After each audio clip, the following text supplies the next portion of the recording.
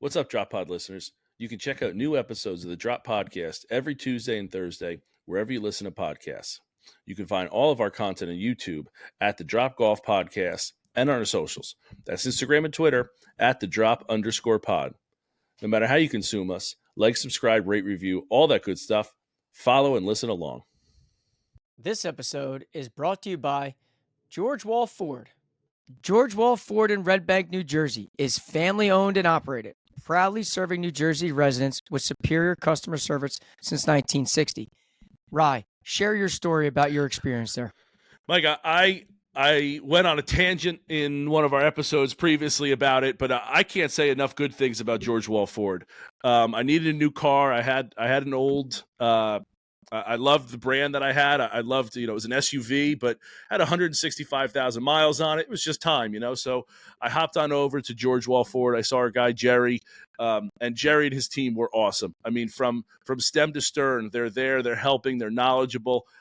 They have so many cars on the lot that you can go in and say, hey, I want a sunroof, a navigation. I want this kind of rims on it. I want this kind of this, that, and the other thing. There's a great chance that they have that car with all your specs, the color, all that thing.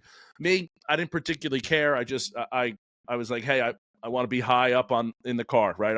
I need an SUV. I'm a big guy. I got a dog. I got golf clubs. I got beach chairs in the summer. I need something that's a little more rugged, a little more. Again, I like to be higher in my car. And I went and saw Jerry. He pointed me in the right direction. And again, it's awesome to have that kind of help and support from your salesman to the finance guy to even they got somebody who helps you set up your car, right? I got an app on my phone now that's got my auto start on it. I can locate my car if I don't know where it is. I could take a trip to Japan if I wanted to and be like, did I lock my car? And I can go into the app and lock my car. So even people helping you set up that stuff, just the hands-on approach over there is incredible. So if you need a car, head on over to George Wall. And go ask for Jerry. They were awesome there. Again, stem to stern from everybody. I can't say enough good things about it. It was an unbelievable experience. So to Ryan's point, there isn't a better place to shop for a brand new car. Just call 732-704-1932 and ask for Jeremy Wall. George Wall Ford in Red Bank for all your car buying needs. This is the Drop Podcast where we talk golfing in the Garden State. I'm Mike Boro, and this is Ryan Kulot. What's up, Drop Pod people? How you doing? Welcome back to Interview Thursday. Mike, we have a very special guest this week. This week's guest is Manasquan River Golf Course. The golf course was able to spend some time with us this week as we're preparing for the MGA Mid-Am. You heard it on our episode on Tuesday that we were going to have the golf course on and talk about all the holes and go through it and everything like that.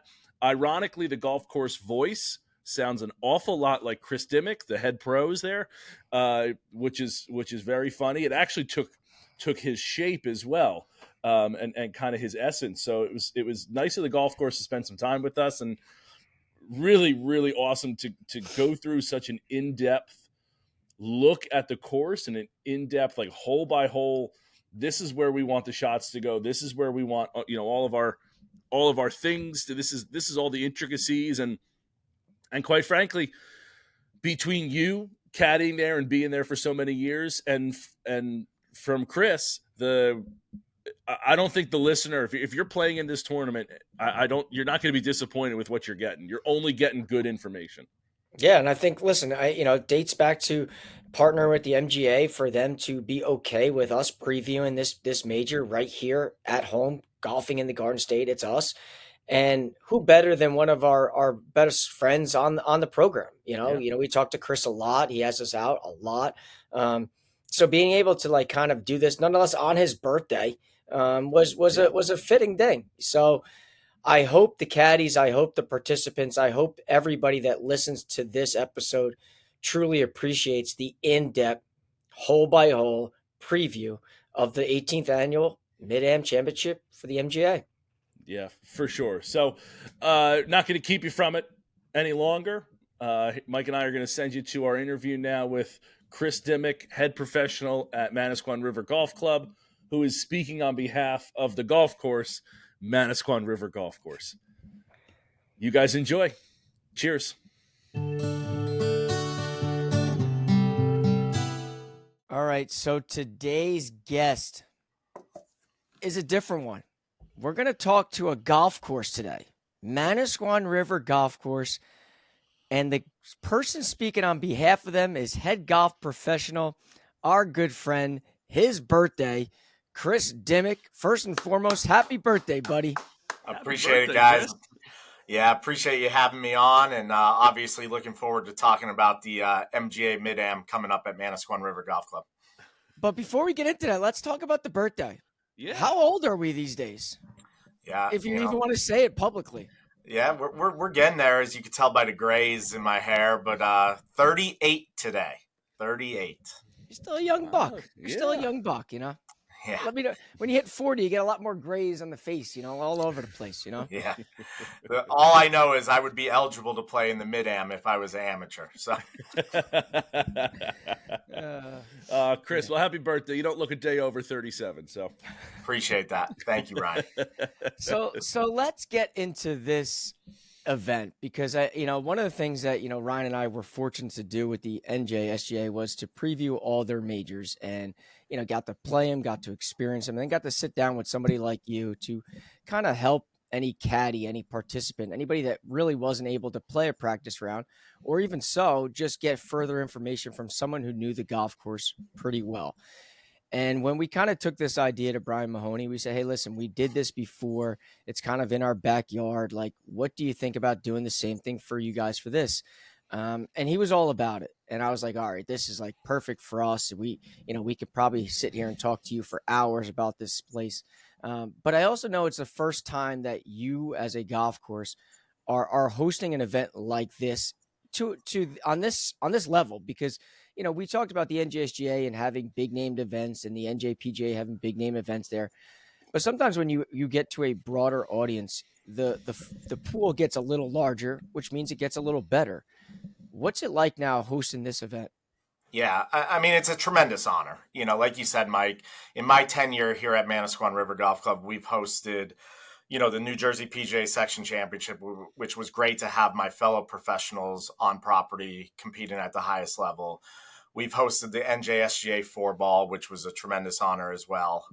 We hosted the NJSGA Amateur Championship, which obviously was won by our member Jack Wall, which was great. But, to broaden the horizon, like you said, and get out to the MGA, which is obviously encompass of New Jersey, New York, and Connecticut, and bring the finest mid-amateur players from the entire metropolitan region, I think is a testament to Manasquan River Golf Club itself. The golf course did a renovation 7 years ago, which included putting a new irrigation system in, new bunkering, 5 new green complexes.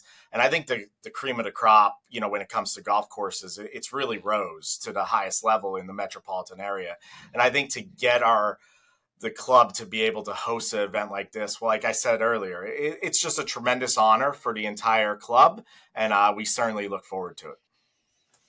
Chris, in the past, we had you on and we talked about the your membership needs to be open to this. How has that process worked, and how long has it been for them to be open and willing? Like, do they say, hey, you know what, we should host something, and then they go to you and then you reach out, or like, how does that process work there? Yeah, it's a great question, Ryan. And I think the one thing that the club has always been prideful of is great tournament play by our members throughout the metropolitan region. It goes back to Bob Housen, obviously, arguably being the greatest amateur player in the history of New Jersey. And, that's followed suit. The Wall boys this day and age have obviously carried on that torch. And we're very prideful in our play in the metropolitan region.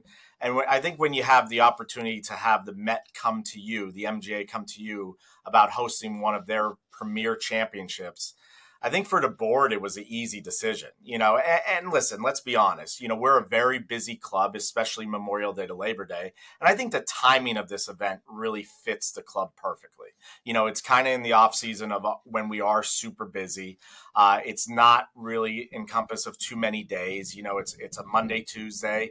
They'll come in, they'll play 36 holes of stroke play, and then they're out of here by Tuesday afternoon. So it wasn't really a tall task to have this championship here at the club, but it's obviously a tremendous honor, and the membership was totally in support of it and behind it.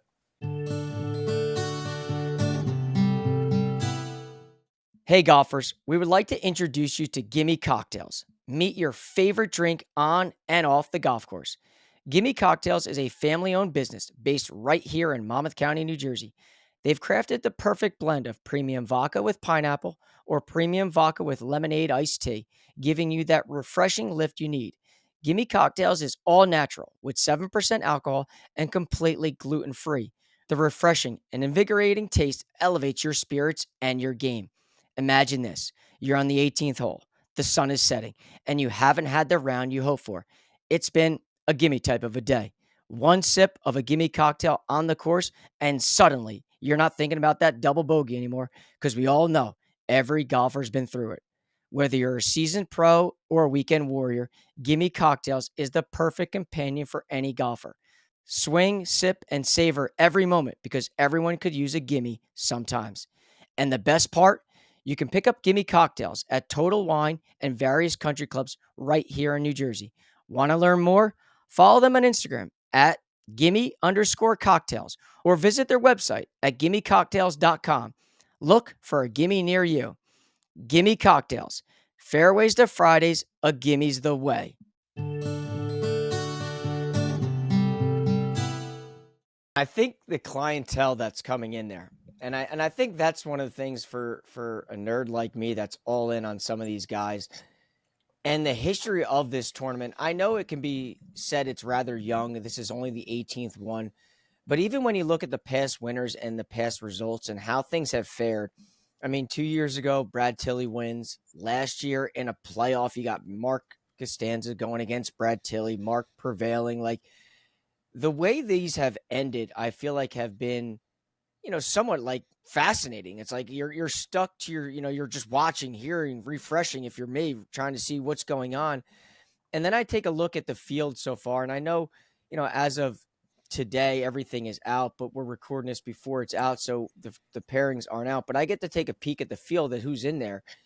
And there's some big names back in this thing. And I think those people, even that live kind of outside the New Jersey area, that don't truly get to hear all the things about Manasquan River, I think when they step on ground, I think they're going to be in awe of the place. I truly do. Yeah, no question. You mentioned some of the names that are past champions, and I know for a fact, I think a guy like Brad Tilley and I think a guy like Mark Costanza, they may have never even have been on the property before. I think Mark Costanza has played it once in a Hoffman Cup match a few years ago. And, his memory of it, he said he started on the back nine. So, he's going to see it in a different light and a different time of year and in exceptional conditions. And then, like you said, Brad Tilley, who won the event 2 years ago and is obviously a well-known mid-amateur player, not only in the metropolitan region, but across the entire country.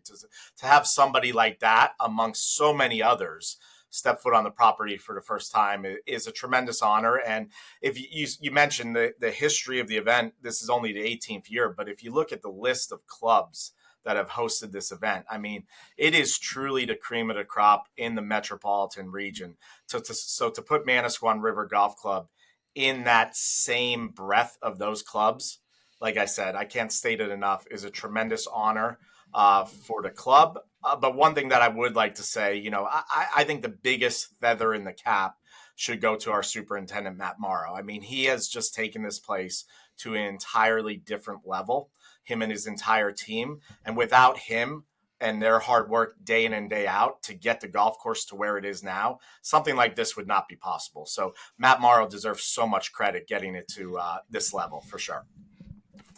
Chris, it's funny you say that because while Mike was asking that question, I wanted to look up the list of past winners. And obviously, Costanza and Tilley going into a playoff last year, and then Pat Wilson, you got Chris DeJean, you got Tilly again on this list, but the list is full of names. But what stood out was some of the names of the clubs, starting at Hudson National, Bayonne, Mountain Ridge, Bayonne again, Maidstone's on here, Somerset Hills, Friars Head. Like, the list goes on this, and it's a loaded list of golf courses. And as you said, it's got to be an honor to put Manasquan River up there. And I know I'll say it because Mike, people might think that Mike's just being Mike and saying how good Manasquan is, but it's deserving to be up there. It's an excellent, excellent track. And like you said, the Super's done a great job. You guys have done a great job in the shop with the staff.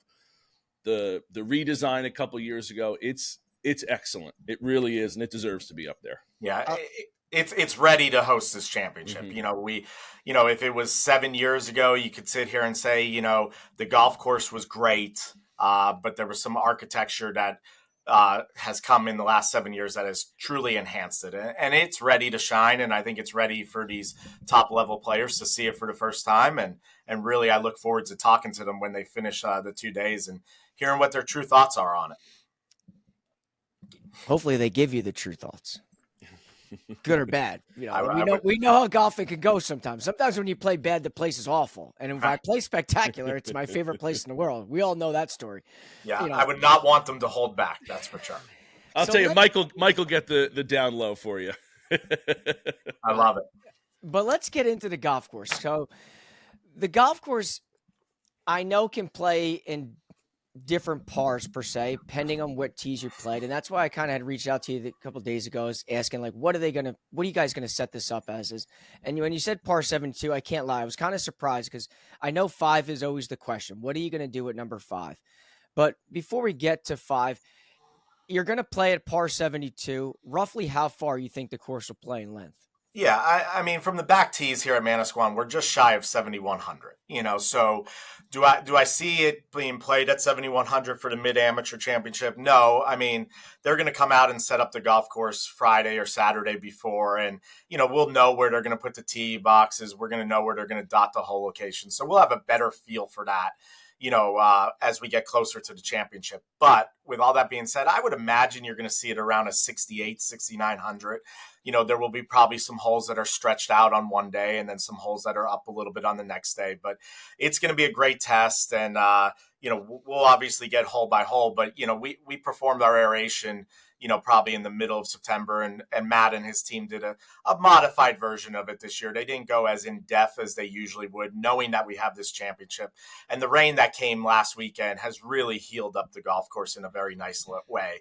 The forecast going forward until the championship looks like it's just going to be spectacular. So I expect it to be Manasquan River at its finest. I expect it to be very firm and fast, which is what we pride ourselves on. And I think that's what this level of players expect. They want to play a championship on a firm and fast golf course. And I think you're going to see that. You're going to see the rough is going to be healed. It's going to be ready. It's going to be lush. It's going to be slightly on the longer side, but it's going to produce a very nice challenge. And as you guys know, this time of year down here at the shore, if the wind picks up, have fun, boys. It's going to be a challenge, especially when it's firm and fast. So I think the weather will dictate, what the possible score will be. And we might get into predictions on that towards the back end. But, I think it's going to be a great test. And, 6,800 is going to be plenty when it's firm and fast out here for sure.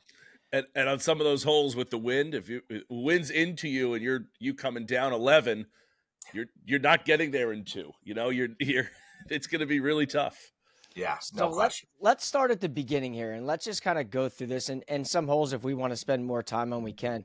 But I think teeing off the first hole, and the way I kind of look at maybe early on, it's kind of, I like to pinpoint as target golf. Like, you got to know your numbers, you got to be precise, and you got to hit them. Because if you don't, it kind of starts on the first hole. Because that first tee shot, I think a lot of people look at it and say, okay, this is simple, it's easy. But the way the fairway undulates and it moves down to the right-hand side, or if you try to take it over the bunker, now you got a tough little, pitch, chip, however you want to define it, into a 2-tier green that's not easy, surrounded by bunkers and a false front.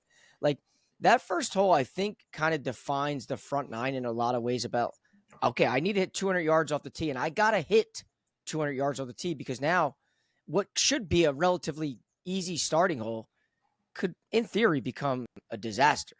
Yeah, and the good news is the way the MGA is going to run the championship on day one, it's going to be in threesomes, and everybody's going to tee off the first hole. So everybody's going to start the golf tournament teeing off the first hole, and then on day two, when the field cuts to the low 40 and ties, it's actually going to be twosomes, half off the front, half off the back.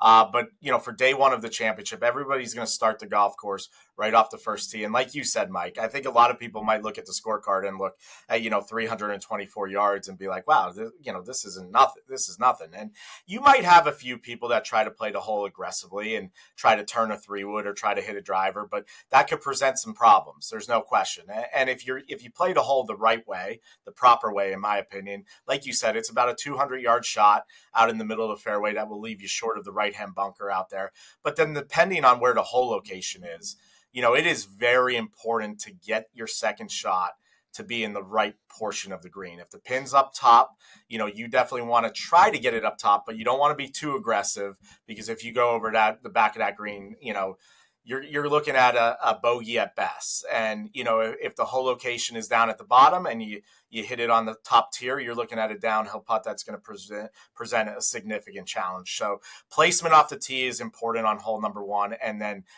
being very accurate with your distance control is going to be imperative to get out on the first hole with maybe a possible birdie look, but hopefully a tap and par, and you're into your round for sure. Yeah.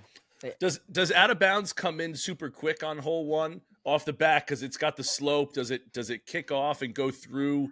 Ever go through hole two's tee box there? Yeah, it's not out of bounds, Ryan, but there is penalty area back there. So, and the driving range is to the left of hole number one. That is not out of bounds. So there is no out of bounds on the first hole. But like you just mentioned, if you go over the back of the green and you hit it down towards the second tee boxes, there is a penalty area back there that could present a challenge. But, even if you're not in that penalty area, trying to get it up and down from over the back of that green is nearly impossible for sure. Especially if you attacked a back pin. Now you got to hit some kind of flop shot from even the second second teeing area to with no green to work with. So yeah.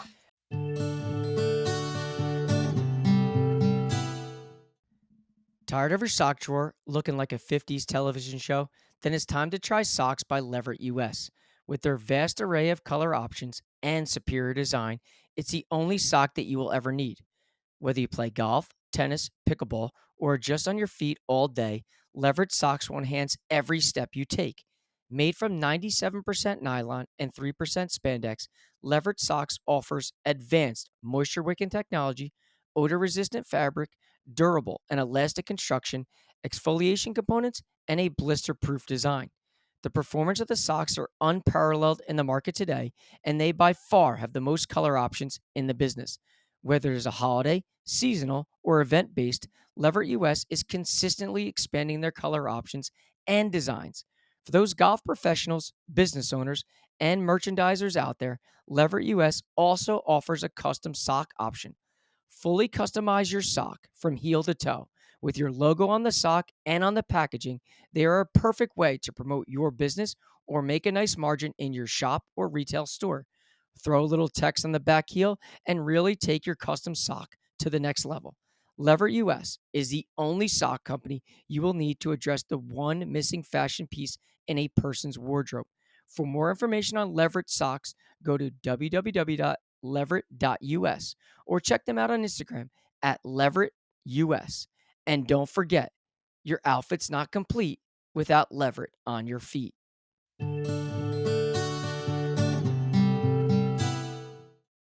I think this conversation for me, when I start to go through the holes, is kind of goes back to when we had the state am at the golf course, and a lot of the defense in my aspect was the greens. And I think that is the one thing where knowing them and having some sort of idea as to what they do is really truly the defense of the golf course, because after one, you kind of get a little taste of what a two-tier green is like. You see the speed of it. Sometimes the ball doesn't break the way you think it does because it actually goes the other way. And then it leads to number two, which is probably, in my opinion, the hardest hole, if not 16 as we get down the stretch. Like maybe the hardest hole there, because that uphill, again, to your point, Chris, you look at the number on the scorecard and you're like, all right, 385, 390, not a big deal, but it does not play that number whatsoever because you're not mashing driver. Yeah. Yeah, you're right, Mike. I mean, like you said, it's 385 from the back tee. That's a small little back tee. They might play it up a box. So, you might be looking at 375 or something like that. And really, it's uphill the entire way. So, that 375 really, in my opinion, plays slightly over 400. And like you said, I mean, you can be aggressive and you can try to hit driver and you can try to hit three wood, but you got a bunker down the left hand side that you do not want to be in. And if you slightly push it a touch right, you're going to be down into some really deep rough with some mounding and possibly even into some trouble in the woods. So it's a placement hole again off the tee that you probably want to hit, 225 off the tee. And that's going to leave you, a $150 up the hill, but a $150 that's really playing 175. And God forbid, if there's wind in your face, it could play upwards of 200 yards into a green that once again is two tiered and has a lot of difficulty and a lot of movement in the green complex. So it is our number one handicap hole here at Manasquan River Golf Club. If you come up short of that green, there's a chance that baby's running down, 50 yards down the fairway as well. So it really is going to put people to a test on their second hole of the day of hitting a very high quality second shot into that green complex. Yeah, I think you start off par there. You got to be, I mean, I know in the scorecard you'd be like, I only made 2 pars and 2 par 4s sub 400, but those are 2 good pars, I think, to kind of start the day. No question. And also rather non-traditional because usually it's driver, some kind of like low iron into or high iron, I guess, into a green and let's move on. But you had to place both of those tee shots. You had to make sure that you hit the green in the right spot. Like those are not too easy starting holes. It's not like, hey, let's ease into the round. You're getting punched in the face right away. No with some challenges. Yeah.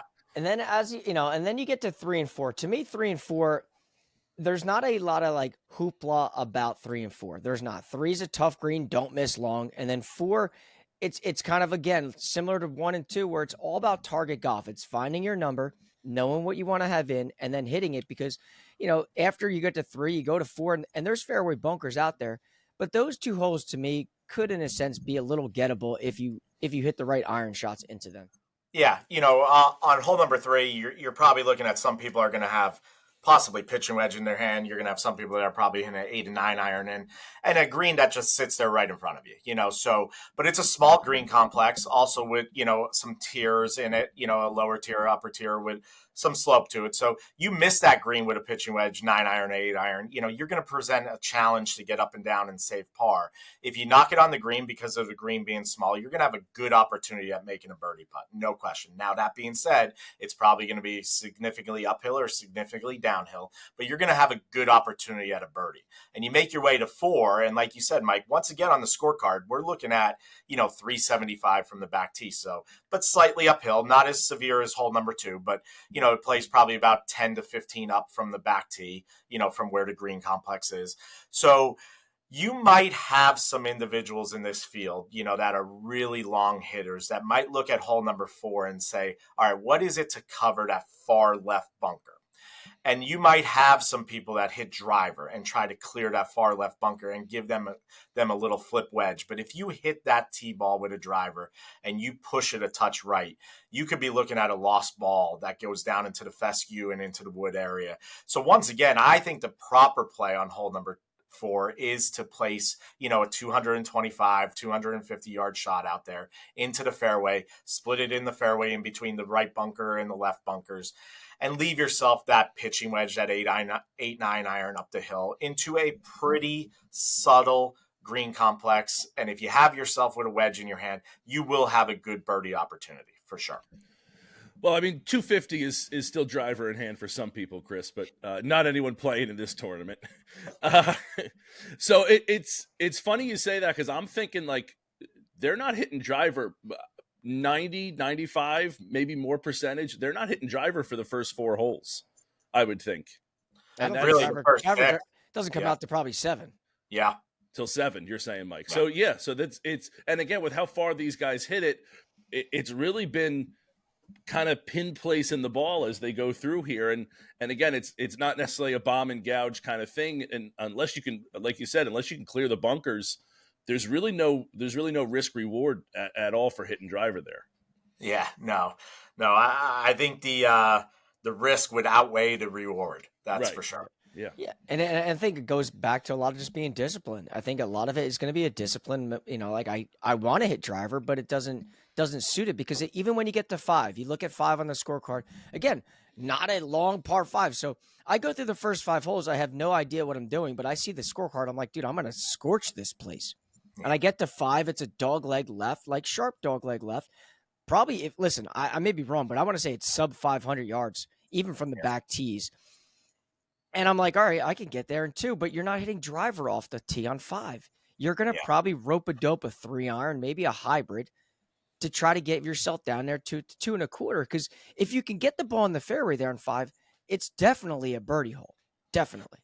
Yeah, there's no question, Mike. You know, we get to hole number 5, and like you said, you look at the scorecard and you see 470 yards as a par 5. And I think anybody that will be playing it for the first time and they get that scorecard handed to them on the first tee and they take a look at it, they're going to be like, man, I'm going to get after that one, no question. And look at their like lips. you said, I mean, it does not present the opportunity to hit driver. You know, if somebody hits it really high, they could possibly be aggressive, but man, is there a load of trouble down the right-hand side, and you don't want to miss left either. So the play is, I tell everybody when they play the golf course for the first time and I'm out there, you know, I tell everybody, really, you want to hit the shot that you hit off the first tee. You know, and maybe you slightly turn it a little bit more right left. So you're hitting that 200 to 225 yard club off the tee. And if you turn it a little right to left, it will tumble out and you will leave yourself about 225 from the middle of the fairway. Now, with that being said, you're looking at 225 from the middle of the fairway. And if the pin is on the left-hand side and if the pin is in the middle of the green, it's a green light special. But if the pin is cut on the right-hand side of the green and you're going for it in 2, you better be accurate, because if you miss right of that green going forward in 2 from a far distance, if you miss just by 2 yards right of that green, there's a good chance it's going to kick out of bounds, you know, right of that green complex. So it's a hole that you could look at and say, I'm going to score, but it's also a hole that could jump up and bite you really quick. And I think it's a hole that a lot of people are going to have problems with if they do not play it smart. If they play it smart and you bump something out there, possibly lay up and leave yourself a wedge, I think you could look at birdieing that hole both days. But if you play it aggressively, you could look at making a bogey or a double on that hole, no problem. Yeah. And then you get, you know, so you get through 5, and to me, getting through 5 holes is all about being disciplined. I know I said it earlier, but like that's really what it is. And I know I said off the tee, like off the first hole, it's all about it's target golf to some aspects. It's like know your numbers, hit your numbers, because you get to 6 and it's a rather long par 3, depending on where you're going to play the tee box. It slopes very hard from left to right. It's not an easy green. I always would say, listen, front right is ideal because it's a lot easier up and down to make 3. Because if you miss it left and you're in that bunker or even left of the bunker, that's no gimme up and down for anybody unless you probably concede 20 feet and you make a good putt. So 6 is, I think, a sneaky hard par 3. Yeah, it's funny you mentioned that, Mike, because another thing that I'll say to people when I play the golf course with them for the first time is that it's probably the hole that I bogey the most often out on the property. You know, if you play it from all the way back, you're looking at a 230-yard par 3. I mean, so that's difficult to even PJ Tour standards. You know, if they play it up a little bit, you're still looking at 210, but it's going to present a challenge. People are going to be hitting long irons into that. If there's wind in the face, people might even have hybrids or a metal wood in their hand. And depending on hole location, like you said, you know, if hole location is cut on the left-hand side or the middle part of the green or even back right, that front right bunker is not a bad place to be. That is the miss. If the hole is cut on the left-hand side of the green or in the middle part of the green and you miss left of that green with everything running away from you, you are looking at a very challenging up and down. Like you said, your best bet might be a 20-foot putt coming back at you or possibly not even keeping the ball on the green. So placement off that tee, obviously it's a par 3. You want to hit it into the middle of the green. But if you're going to miss, like you said, short right in that right-hand bunker is a very good spot to be. Yeah, and I think as you leave 6, it's like, all right, now I feel like I can stretch out a little bit. Now I always jokingly say when I'm out there is let the big dog eat. because now the big Yeah. dog can come out of the bag. You're loose. There's no more excuses of like, oh, I'm tight. No, we're going to 7, and it's a big boy par 5.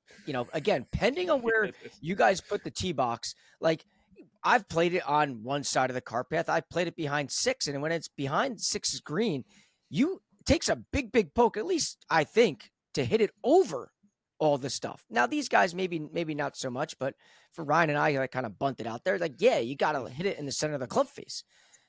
You get to 7, great view too from the top of 7. Oh yeah.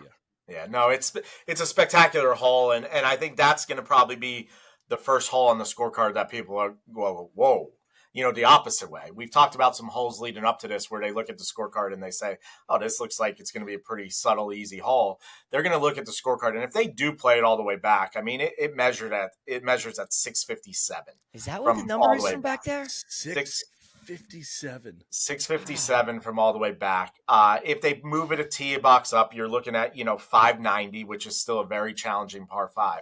Now, with all that being said, even if they play it at 657 back, the carry does look very visually intimidating, but it really is only 200 yards to get to the fairway. It looks significantly more. Yes, it is only 200 yards to get to the fairway. But so my hope is that they will use that back box, because I think the scorecard states that maybe they shouldn't and it looks too far, but the carry is only 200, and you still have to hit a quality shot, especially if it's into the wind. If it's into the wind, they probably will not use that back box. But if it's downwind or there's no wind, hopefully they will. And, the scorecard, like I said, states 657 or 590. And we look at that and we see a significant challenge in distance. But keep in mind that the last 200 yards is all downhill.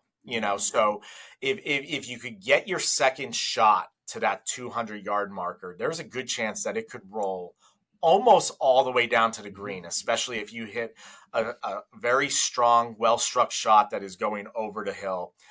It is going to be firm and fast, so it could roll all the way out to the bottom of the green. So it's just going to be a spectacular hole, and I can't wait to watch people play it for sure. I was going to say, if it's 200 to cover, like they're playing from the back, if it's 200 to cover the stuff, it's probably only another 200 yards to get to the hill from there, and then it's all downhill. Yeah. So it's really not a 650-yard hole.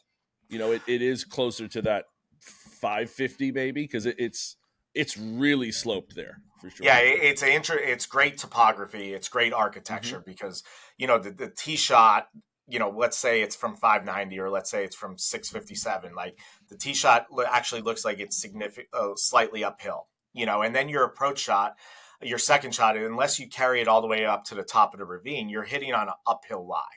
And if you hit that uphill lie, it's probably 250 from the bottom of that ravine to get it to the hill. But if you do hit a drive that gets to the top of the hill, it's probably only 200 to get it to the top of the ravine.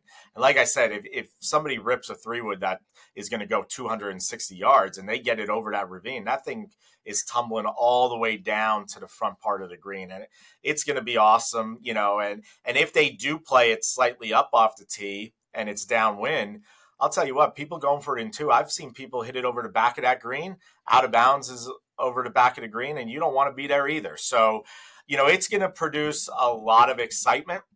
You look at a 657-yard hole, and there's only 2 bunkers on the hole. You got a left greenside bunker and you got a right greenside bunker. So really, it's right there in front of you. Distance is the challenge, but also, how the ball reacts on your second shot or third shot is going to really dictate how you perform on the hole. When we played it, I remember looking at that back tee going like, what's back? Like, that's a tee box back there? I thought it was like a nursery for green because it's so far back from the other tee box. Yeah. And then you get into 8 and 9. To me, 8 and 9, is maybe 9 a little more so than 8, but you kind of get, you see what you get. Like, there's nothing that's going to come out and bite you. 8, you got to hit the ball in the middle of the fairway because the way that slope's coming down in your second shot. And then 9, obviously, with the way that the fairway runs and rolls out, like, to me, those are like, again, I'd still thinking you're going to hit driver and have potentially wedge, maybe 8, 9 iron into there, pending, again, you hit the fairway. Yeah. So 8, very benign hole. straight ahead, only one bunker on the hole, a greenside right-hand bunker. But I will say, and it measures only 380. So I think the majority of the players in this field are going to be able to get their tee ball to the top of the hill. And like you said, Mike, that is going to leave a sand wedge in your hand, possibly a gap wedge in your hand, and you're going to be able to attack that green. But talk about a very, very subtle, unique green complex. It's very narrow. It's small in relation to the square footage, and it's got so much subtle to it when it comes to the breaks. So I think a lot of people will be licking their chops, but I'll tell you, when you get on that green, I've seen a lot of short putts miss because of the subtleness to the movement in the green. So I think it's going to be a great hole, and I think they'll enjoy it. And then when you get to 9, there's another question mark for the MGA because there's a new back tee there, and from that new back tee, it measures 470. And It's got to play the back tee. It's got to be. I don't think. I think if I could say something to somebody there about all the holes being good, bad, and different, like 9's got to be played from the back because the ball rolls out when it hits the fairway. If you hit the little shoot there and you get it in the right alley, in the right path, it's going to run a good 30, 35 yards. So by playing the back yardage, to me on 9, maybe not so much 6, 9's a must.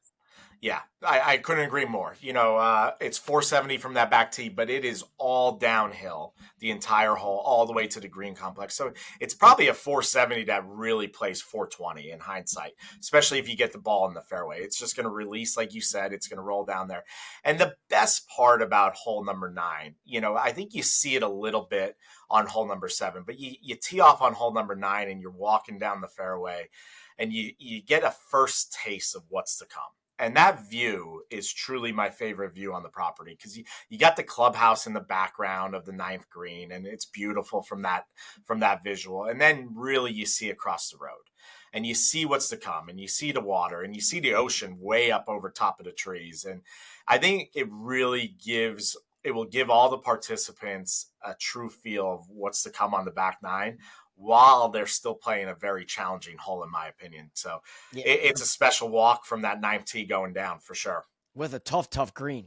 I mean, Yeah. 9 is going to be one of the ones, and I swear, I hope to God, again, just like what I said about the tee box on 9, I hope they put the pin in the very front of the green on 9. So when that ball breaks the complete opposite way, that all us people that live and play there all the time know, and this caddy or the player reads it and it goes, he's like, there's no way it goes that way. Like, I hope that combination is there on 9. Yeah, I agree. I would love to see a front hole location, front middle, or something like that, because that's also going to produce a challenge of getting it close on your approach shot. Because when it is firm and fast, like, you got to land that thing, 15, 20, 30 yards short of the green and let it release. You're not really going to be able to fly it there. And then additionally, I would love to see a back left hole location. That's going to be very challenging to get to, especially if you're hitting a longer iron into it. So a great hole that I think will be a nice finish to the front 9 for sure. And what I'll say about the front 9 is this. I think, in my opinion, and you may disagree with me, but I think the front 9 is the gettable 9. I think if you're going to score at Manasquan River, there are 2-3 birdie holes out there on the front that you could, in theory, go 33 on the front. Because I swear to God, I think once you get and tee that ball up on 10, it's tighten the belt, put the big boy shoes on, because now we're talking length, we're talking mid irons into holes, and you're talking about greens that are just not easy to read. So, I mean, do you disagree a little bit with that about the front? I don't, Mike, and I think that's a great observation. You got 2 par 5s, so I think even though we talked about them being challenging to their own right, but you got 2 par 5s that I think are going to give 2 birdie opportunities. And we talked about holes 1 through 4. The scorecard states that they are obviously relatively short, and we did talk about the challenges. But I think if well struck shots, people are going to have birdie opportunities. So I think you could see some people go shoot 2, 3, 4 under on the front, and saddle up on the 10th tee box and be in a really good position. But like you said, what we're about to get into, there's so much challenge on the back 9. But I think you're spot on with that front 9 observation.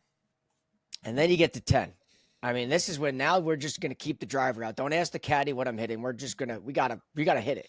Because 10, again, from that back tee, it's not easy. I mean, it's got to stretch to close to 450 if I'm wrong. Correct me. But like that hole starting out on 10, is you make par there. I feel like you might even get a half a shot on the field. Yeah, it's interesting because Ryan mentioned actually, when we first came on, he mentioned, depending on wind, there's a chance when you get to 11 that people might not reach the green, which is a reachable par five, So I always look at holes 10 and 11, and depending on the wind, they could play almost opposite. Like 10 could almost play like a par five, and 11 could almost play like a par four, depending on wind. And then vice versa, you could have 10 that plays a little easier, even though it's a long hole if it's downwind. And then 11 could play more challenging. So it's very wind influence on when you look at those two holes. But yeah, 10 is 444 from the back tee. And it does play significantly uphill, especially on the tee ball. I don't think anybody in this field is going to have any issues, even if into the wind, getting it up over the hill. But they're going to have a long iron shot if it's into the wind. Now, if it's downwind, some of our longest hitters might even have a wedge in their hands. Mm-hmm. But once again, a tremendous green complex that actually has been enhanced with Andrew Green's renovation that has really cool new spots to it. There's a front right ledge that I think if they use that whole location could be a really cool spot. A back tier that is a small back tier, but man, if you put a whole location there, it's long. It's a long hole, and it makes it even longer if there's a back hole location. And it's a great test, hole number 10. And then you get to 11. And we'll talk about 11 because, as Ryan mentioned, I think it's so wind dependent, and people will look at a 531 yard par five that is all downhill from the tee box all the way to the back part of the green. All it does is go downhill. So, if it's downwind and it's firm and fast, I mean, we've had events here, the state amateur, the New Jersey State Amateur, the New Jersey PGA Section Championship. I mean, people are hitting wedge into a par five. But talk about a green complex that is so good for a short par five because the green runs away from you from the front of the green all the way to the back significantly. So even if you have a wedge in your hand and it's firm and fast, you're not even going to be able to hold that with a wedge. And, if you have a 4, 5, 6 iron in your hands, you're not going to be able to hold that either. So you're landing that ball 20, 30 yards short of the green. And depending on where hole location is, similar to 9, Mike, you talked about 9, a front hole location on 11. Man, does that produce challenges because how do you stop it?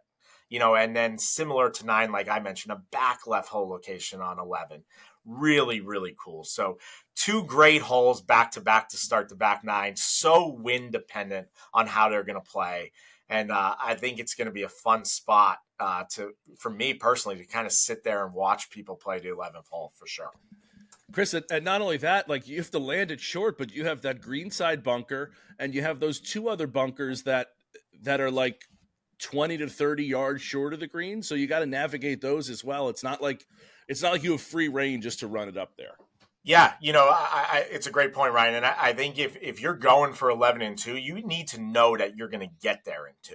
And you got to miss long, pro. You got. Yeah. I say that all the time. Like people see that front opening, like, all right, I can miss it short, but no. My suggestion to anybody is like, if you think you're in between, go long because it's a lot easier of a pitch back up the hill than it is down that thing.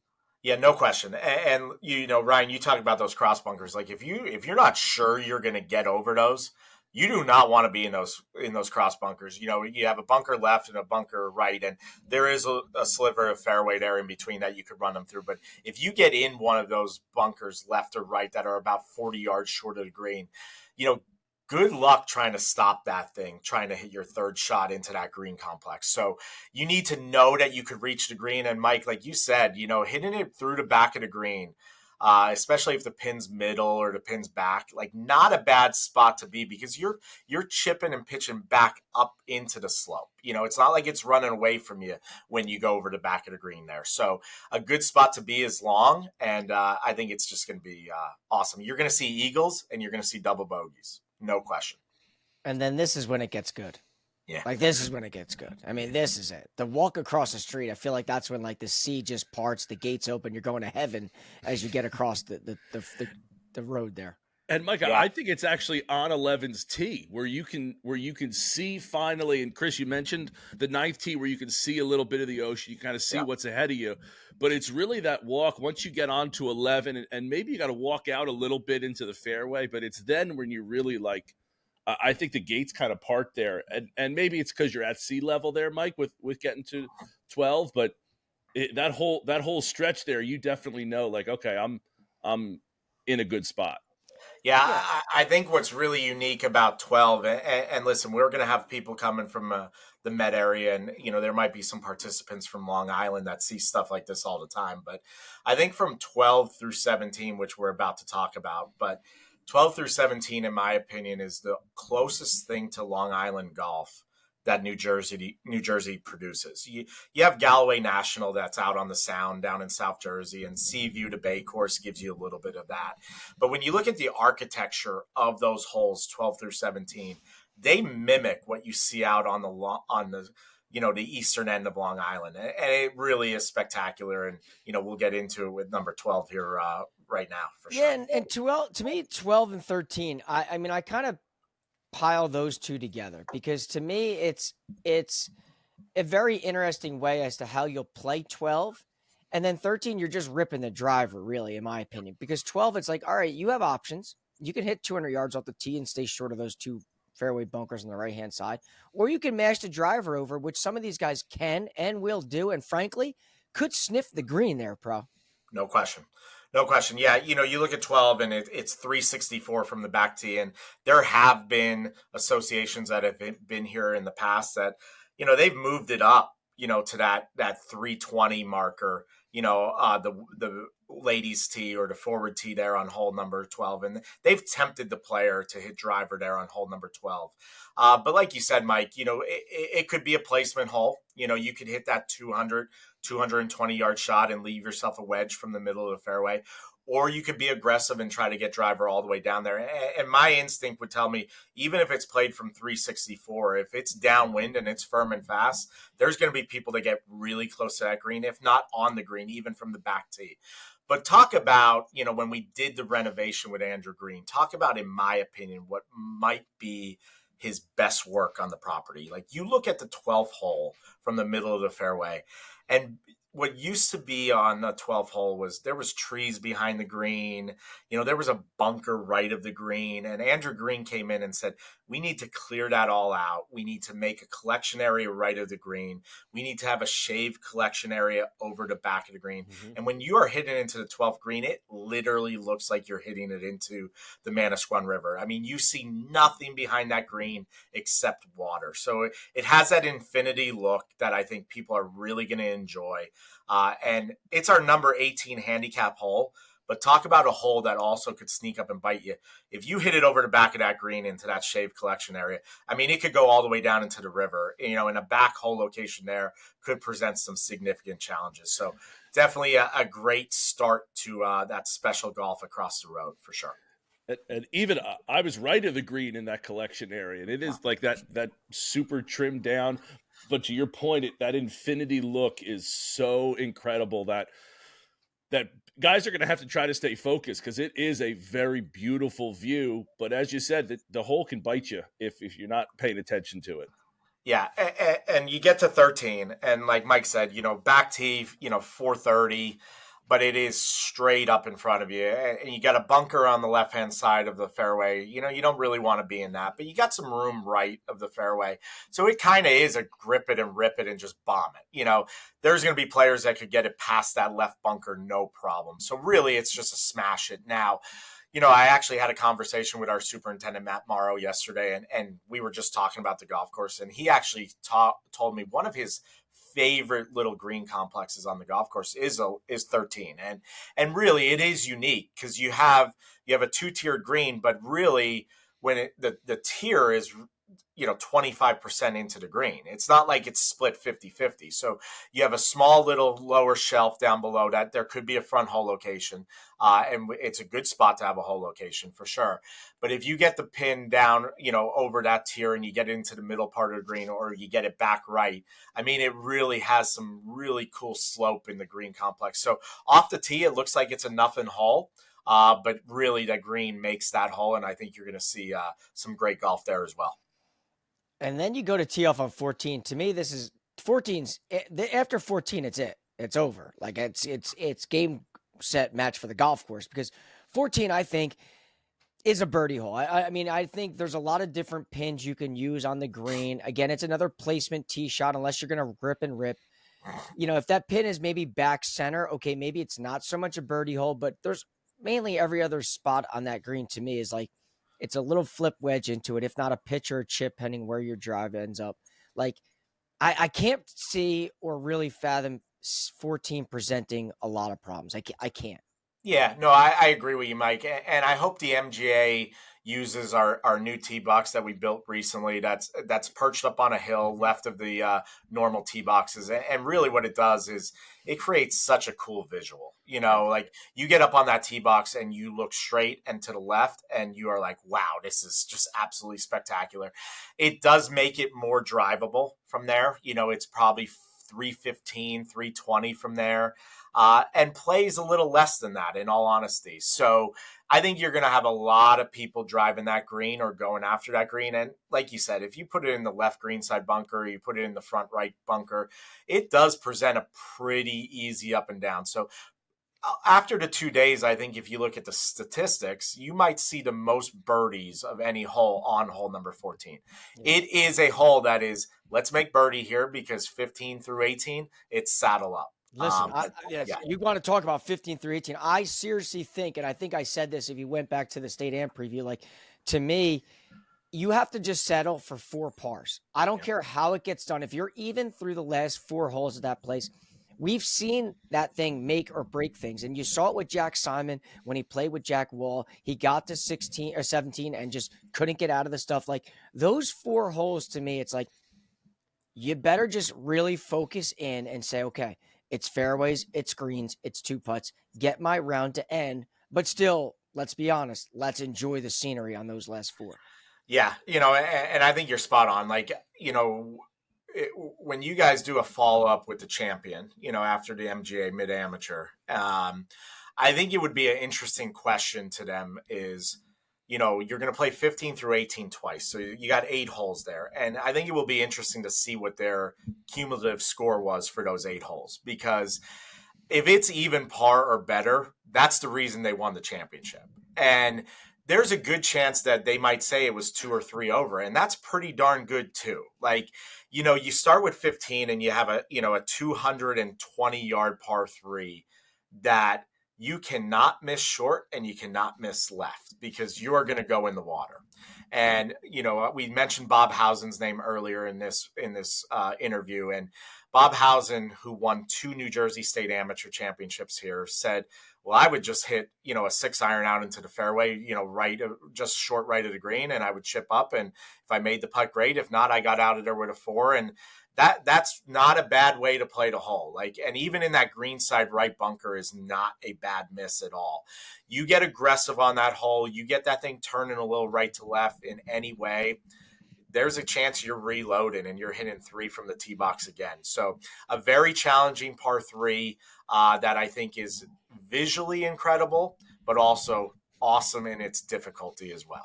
Yeah, no question. I think Bob actually told that story when he was on the podcast about how when he was on 15, he just would say, hey, listen, I'm bunting the 7-iron out there, Mike. I'm chipping it up, and maybe I make the putt, and maybe I don't. Yeah, exactly. Mike, how far right are you aiming on this hole? I'm pin seeking, Ryan, because for me, it's either hole in one or double bogey. Like, I didn't come here to listen, no offense to Bob. He's a lot smarter than me, but I'm out there trying to make birdies. And if I'm not making birdies, I'll make doubles. My score's irrelevant, but I've turned it over many, many times that damn winner. Trust me. Yeah. But you get to 16, and I think this is another, when you talk about evolution of a golf hole. Oh, yeah. I mean, I remember the days when this thing was a rinky-dink 350 straight away, nothing to it. A great caddy hole. Let me tell you, if you're caddying the golf course and this is all it is, simple. Drop the bags, move to 17, the round's almost done. But now it is a complete transformation of what a real golf hole is. Yeah. I think you would have any golf pro on this podcast, and when they talk about their facility, they're going to be prideful of things on their facility, and they may say that this hole's the best, etc. But I mean this when I truly say it, that you may be talking about the greatest par four in the state of New Jersey. On hole number 16. I mean, it is just absolutely spectacular any way you look at it. You got 465 from the back tee, and if it's into the wind, good luck, because it's probably playing 500. If it's downwind, still good luck, because there's so much challenge. Really the right play is to hug the right side of the fairway as much as you can without going into the waist area. And if you could push it down past that waist area, that's great. But you want to be just left of the waist area. And now you're looking at anywhere from 170 yards to 200 yards shot that really goes over a cutout of the Manasquan River into a green that is perched up, that once again, like we talked about, Ryan, has that infinity look, that it looks like you're hitting it out into the river. It is truly spectacular. I think this will be a hole that when people are playing Manasquan River for the first time, will be walking out there when they hit their ball, hopefully in the fairway, and they're just like, wow, where am I? Like, am I out on the eastern end of Long Island, or am I here in New Jersey? Because it is just truly amazing. A hole that I think the entire membership is proud of, and I think will be one of the most pivotal holes in the championship, especially in that second round down the stretch when you're trying to win the championship. Don't miss it right there, pro. No. Don't miss it right on 16, people. I'm telling you right now, if you're going to miss it front. Miss it in the front. It's a lot easier of an up and down, because you miss it right, no matter where that pin is. I'll bet the ranch that the percentages say you make bogey more often than you make par. Yeah, no question. There's, it's our number 2 handicap hole, and I think a lot of people would argue that it probably should be number 1 in hindsight because of the distance and because of the architecture of the hole. Like you said, Mike, there's a ridge and mounding just right of the green that the bailout from the fairway is actually to miss it short right. And that's what presents challenges, because if you miss it short right, and if that whole location is cut back or anywhere on the right-hand side of the green, when it is firm and fast, you have arguably no chance of getting that up and down. So really, short middle or short left of that green, like you said, is the play, and that is the miss. But the bailout from the fairway is kind of short right. So that's what makes it a challenge. But we'll talk about just something that is truly spectacular and visually so stunning. What did they do to that hole 7 years ago to change it, Mike? Because you said that used to be a very easy caddy hole, and looking at it, like what was it prior to what it is now? I'll be dead honest. Before Pro answers this question, the most generic, straightforward, simple par 4 you've ever seen in your life. Did you move the green or move the tee boxes? So where was the green? Straight ahead.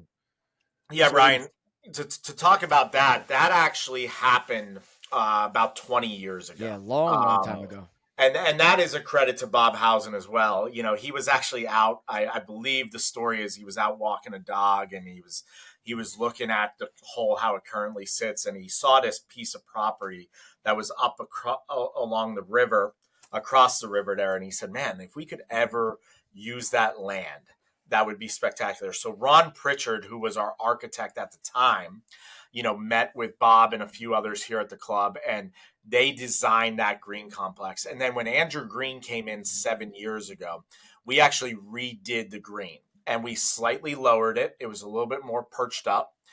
So slightly lowered it because, if you think about Manasquan River, you could kind of run shots into almost every green on the property.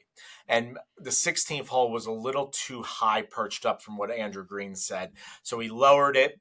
And if you are hitting a 4-5 iron into that green and you come up a little short, there's a good chance that it will still hop up, where prior to lowering it, it did not. And by also lowering it, it allowed us to have that infinity look there as well. So it's been redone twice. Obviously, the one that was done 20 years ago was significant. I never saw the old hole. Mike did. That was before my time. But from what everybody has told me, it was a nothing hole and a very benign hole, kind of similar to 12, but with not as much character to it. Okay. No so character just the end of the fairway, Mike, was the was Yeah, the they had the big like weeds, so the weed looking behind the green. Is oh, like all the nothing, and then reeds. Yeah. you walked from 16, made a dead left, and just went to the 17th tee. Gotcha. Okay. Yeah, Yeah, listen, that it was little land there is really good. Yeah, yeah, just not being used. yeah.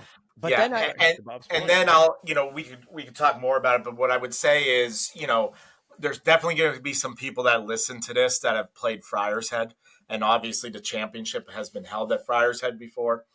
And there's a walk at Friars Head that is from, I want to say it's 14 to 15 or 15 to 16, that is, along this bridge that is just high above the sea, but you look at the sea and it's just spectacular. And I think this is our version of that walk. That walk from 16 green to 17 tee is just truly spectacular. It's a great walk. Hmm. Yeah, I think you're taking in where you are, and then you're looking at, man, I got 2 more strong holes to finish. But I tell everybody, enjoy that walk. It's very special. that is the For walk. Let's for be sure it serious. is. Yeah, Let's be it's serious. beautiful. Then you get on 17's tee box, and to me, it's like, okay, like here we go, like another tough driving hole. I think when you look at 17, you kind of see that new waste bunker or waste area straight ahead. Yes, it's reachable, and you don't want to be in there. So, like, right center is the target, but then there's also out of bounds right of that. So, some people may say I'm going to go down 16. I don't really know if that pays any dividends, but to me, 17 is a tough driving hole. Yeah, you have options for sure. And that waste area and the connecting of the fairways was the most recent thing Andrew Green has done on the property, and I think visually it is truly spectacular. Love it. The waste area in between those 2 holes is extremely penal. Like you said, Mike, you do not want to be in that. So if the hole is cut on the right hand side of the green, going down 16 is probably not an awful play. It's probably not the proper play, but you could go down the 16 fairway, and if that hole location's on the right hand side of the green on 17, it will produce an opportunity to hit in from the 16 fairway there. With all that being said, if it's downwind or it's firm, like I think we are going to see it, I think about the playoff between Jack Wall and Jack Simon for the New Jersey State Amateur. They both hit irons off that tee because the last thing they wanted to do was get it into that waist area. Now, Jack Simon tugged it a touch and it trickled into the waist area, which presented a challenge. But, if it's firm and fast, you could actually, even though the hole's 470, like you could hit less than driver off the tee and get it tumbling down that fairway and leave yourself 200 yards in instead of being aggressive. And if you tug it when you got driver in your hand, you're going into that waist area. So definitely a very difficult driving hole with a green complex that has an elephant buried in the middle of it. I mean, if Ryan and I stood next to each other and they buried us, we would have, a big mound there, and that's what we got. So it's a 470-yard hole that has a green complex that really, wherever the hole location is, and if you have to go over that elephant that's buried in the middle of it, you are going to have a difficult putt, which may only be a par putt too, because you're talking about a hole that is hard to knock it on in regulation, and really a challenge for sure. Yeah. And then I mean, see, then you cross the street and you're back to, I guess reality a little bit here with 18. And 18 is not, I'm not going to say 18 is hard. I'm not saying it's easy. To me, it's like, again, you got those fairway bunkers on the left-hand side. Right center is ideal. But again, like, I could also see someone saying, I'm just going to pound driver. Maybe I get lucky to get in the green side bunker, pending on the right bounce. And where 18's pin ends up is really the true indicator on how that hole will really play. Yeah, I mean, you're spot on. So, 350 yards from the back tee. And once again, it's similar to hole number 1. It's similar to hole number 12. It's similar to, hole number 14, that you look at the yardage and you're like, man, I'm going to tear this hole apart. Well, good luck, because if the hole location is back, whether it's back middle, back right, back left, we have had those hole locations in championships here before, and the hole has played as the most difficult hole on the golf course on those days at only 350 yards. So, Mike, you have options off the tee. You could hit it 200, 220 yards and leave yourself 150 in the middle of the fairway, or you could push driver up there all the way and leave yourself a little flip wedge. but depending on hole location, depending on where you hit your approach onto that green, it is going to present a lot of challenges on the putting surface. And if that pin is on the back part of the green and you go long, nope. Sign yourself up for bogey or double instantly. So a great finishing hole separate from 12 through 17, which are obviously visually stunning out on the water. It comes back more inland, back up near the clubhouse, but really presents a challenge off the tee because there's trouble with out of bounds left. And then the approach shot is so important. Yeah. Yeah. You also don't want to go left into the bushes either, because then that'll ruin your round too. Listen, no question. I listen. I love that. I mean, I think that preview, I think right there gives anybody, even if you played the golf course for a practice round, you're getting a full in depth. And listen, it's a long ride for a lot of people, and I think that's where I get the conversations from. Oh, I listened to it on the way to the golf course because I was able to, recalibrate my mind about certain tee shots. You guys do a very good job of, and I think right there, listening to 1 through 18 gives somebody who's has a chance to win a tournament a very good idea about what to expect leading into it. Now, I do know that last year's winner, Mark Costanza, finished at -8. Okay, and he won in a playoff. I know what my prediction is, both who wins and what the number will be. Now, I get it. We're recording this before the final pairings are set, so certain people may decide at the last minute that something comes up and they can't participate. But I'll lead this off, okay? I think the winner of the tournament is -6. I do. And that may seem high, but I just think if you're talking 67, 68, I think some of these guys have the potential to throw up 69, 69. I do. I could see 68, 71. Like, I could see numbers like that on a back-to-back rounds. I think the winner's -6. Am I going crazy there, Pro? I think you're going a little crazy. I do. What do you got? You think it's less than that? I do. I think the golf course is going to be exactly where we want it to be. The forecast, like I said, looks spectacular. Perfect. So I think the golf course is really going to be where we want it to be. It's going to be firm. The rough's going to be a challenge. And if the wind picks up, which my superintendent told me yesterday, I guess he has this special weather app. He's already predicting 17 to 20 mile per hour wind gusts that day. So in my opinion, I'm going to give 2 predictions. I'm going to say the cut after day 1 to the low 40 in ties is going to be at 78, 6 over par.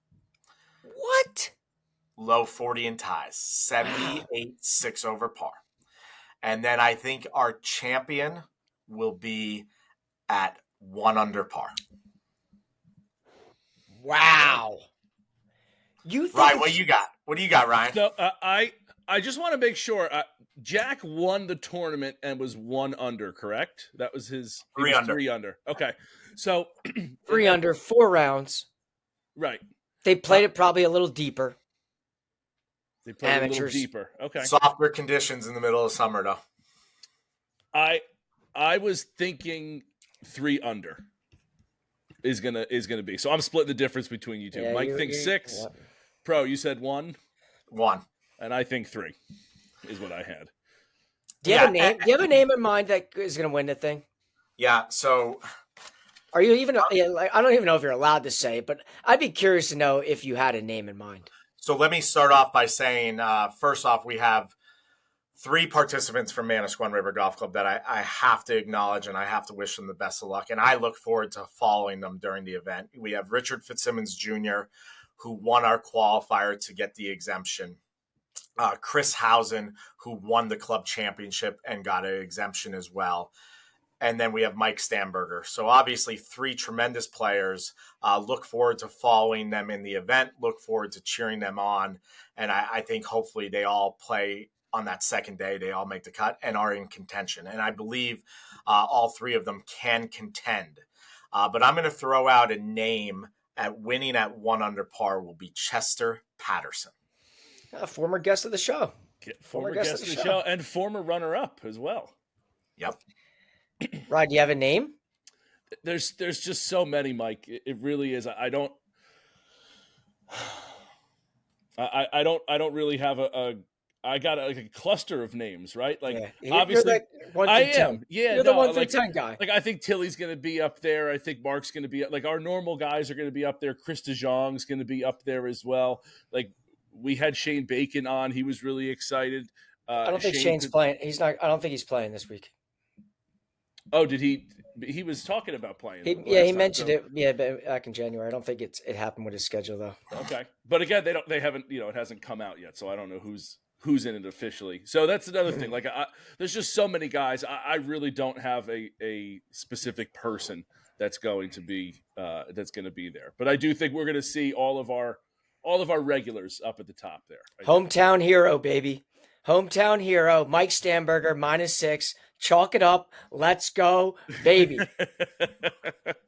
So Mike's actually out on the golf course right now. So when I get off this podcast, I'm going to go hop out there and I'm going to tell him that you said that. And please do it. Tell him to text me. Tell him to text me and say, I'm going to text him back saying, don't let me down.